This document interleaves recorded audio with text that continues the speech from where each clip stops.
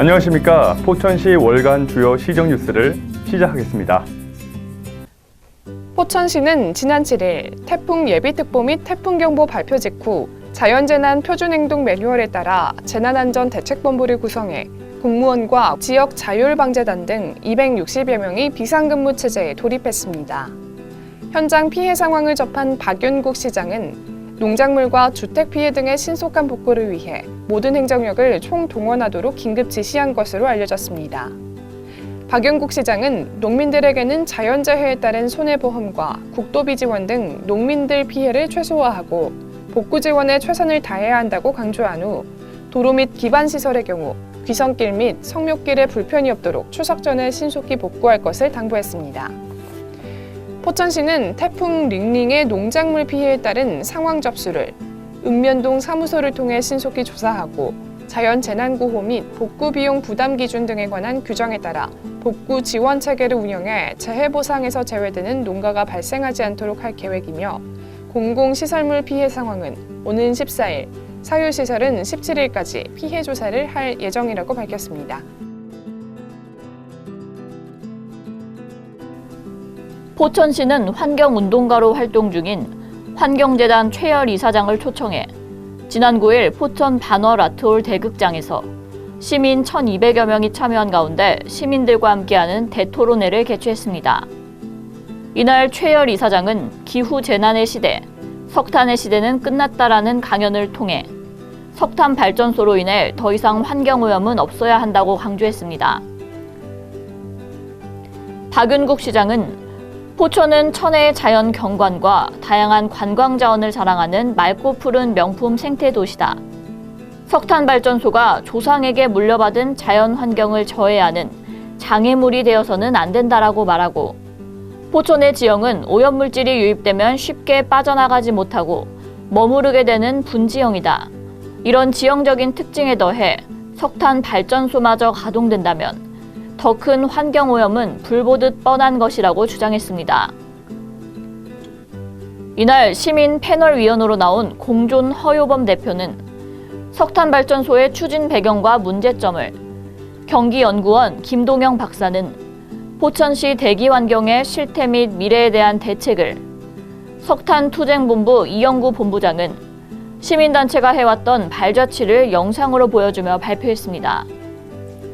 대진대학교 안준수 교수는 석탄발전소 연료전환 가능을 주제로 발표했습니다. 토론회에 참석한 영북면 거주시민은 대기오염과 악취 등 시의 환경 문제에 가슴 아팠는데 이렇게 논의할 수 있는 자리가 있어서 다행스럽고 감사하다라고 말했습니다. 현재 포천시는 숲과 물의 도시를 이미지로 오는 2020년 4월 한탄강 유네스코 세계지질공원 지정을 목표로 사업을 추진하고 있습니다.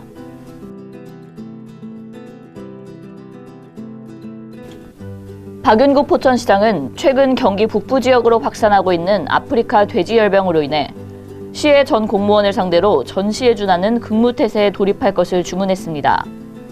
박 시장은 지난 19일 포천시 관내에 운영 중인 거점 소독소 4곳을 찾아 현장 상황을 점검하고 확산 방지를 위해 근무에 여념없는 초소 관계자의 노고를 치하하는 한편 아프리카 돼지열병 유입 차단을 위해 최선을 다해줄 것을 당부했습니다.